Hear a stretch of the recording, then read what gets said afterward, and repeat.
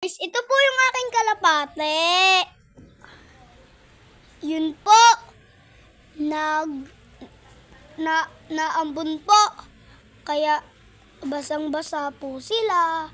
So, tingnan nyo po yung view. Ang dilim, no? So, babalik po tayo sa ating saranggola. Ito po yung aking saranggola.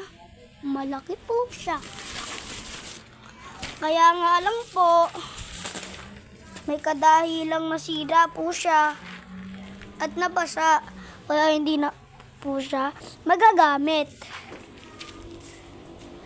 So, papakita ko po sa inyo yung bago kong mga, ito po yung iba kong mga saranggola. Yan po So, ilan po ba to? 1, 2, 3. 3 po sila, pati ito po kasama.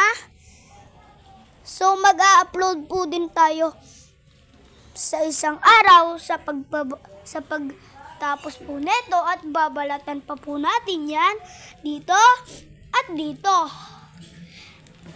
Ngayon lang po ako nakapag-vlog So, ngayon, bye-bye!